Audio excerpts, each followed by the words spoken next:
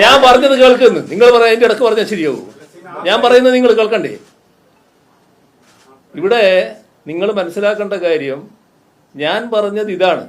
പക്ഷെ ഇന്നലെ ഞാനത് നമ്മുടെ ഏതോ ഒരു മന്ത്രിയെ കാണാൻ വേണ്ടി പോകുമ്പോൾ നിങ്ങൾ ചിലർ ഇതേപോലെ ആടെന്ന് വിളിച്ച് ചോദിക്കുന്ന കേട്ട്, അല്ല നിങ്ങൾ നജീബ് കാന്തപുരത്തെയാണോ പറഞ്ഞത്? നജീബ് കാന്തപുരം നല്ല ആരോഗ്യമുള്ള ആളല്ലേ? അയാൾ ഉയരം കുറഞ്ഞിരുന്നല്ലാതെ നല്ല ആരോഗ്യമുള്ള ആളല്ലേ? ആരോഗ്യമില്ലാത്ത ഒരാളെയാണ് ഞാൻ ഉദ്ദേശിച്ചത്. അതാണ് കാണേണ്ടത്. സമയം ഉണ്ടാവും. ഞാൻ പറയുന്നത് കേൾക്കുക. ഒറ്റ ചോദ്യത്തിന് സമയം ഉണ്ടാവും. അത് നിങ്ങൾ എല്ലാവരും കൂടി ചോദിച്ചാൽ അത് ശരിയാവില്ല. ഒരാൾക്ക് ചോദിക്കുക, അതോടുകൂടി അവസാനിക്കും.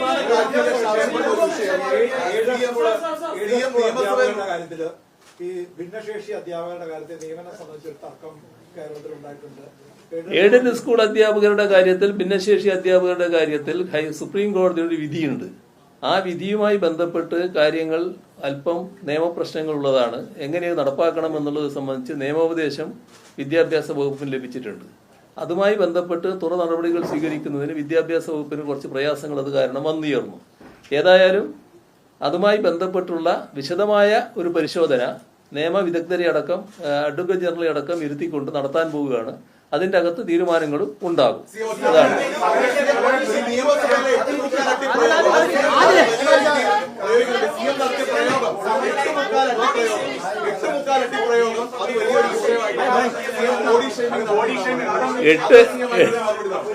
എട്ട് മുക്കാൽ എന്ന് പറയുന്നത് ഒരു നാടൻ പ്രയോഗമാണ്.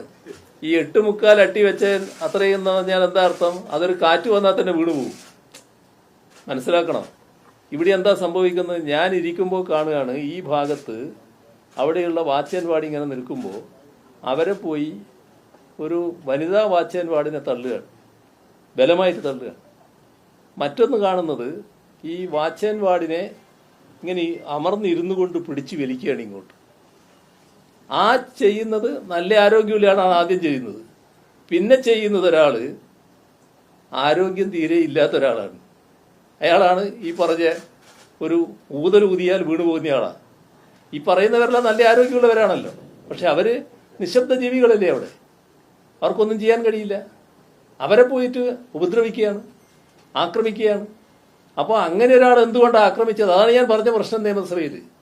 ആ ആക്രമിക്കാൻ കഴിഞ്ഞത് നിയമസഭയുടെ പരിരക്ഷ നിയമസഭാംഗം എന്ന നിലയിലുണ്ട്. അപ്പോൾ വേണ്ടത്ര ആരോഗ്യമില്ലാത്ത ഒരാളടക്കം ആക്രമിക്കാൻ പോവുകയാണ്. ഇതാണ് ഞാൻ പറഞ്ഞതിന്റെ പൊരുൾ. പിന്നെ നിങ്ങൾ ഞാൻ പറഞ്ഞത് കേൾക്കുന്നു. നിങ്ങൾ പറയാം അതിന്റെ ഇടക്ക് പറഞ്ഞാൽ ശരിയാവൂ.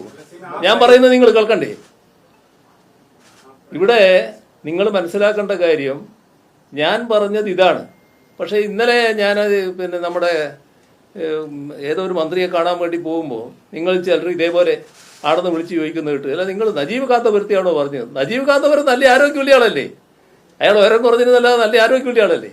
ആരോഗ്യമില്ലാത്ത ഒരാളെയാണ് ഞാൻ ഉദ്ദേശിച്ചത്. അതാണ് കാണേണ്ടത്.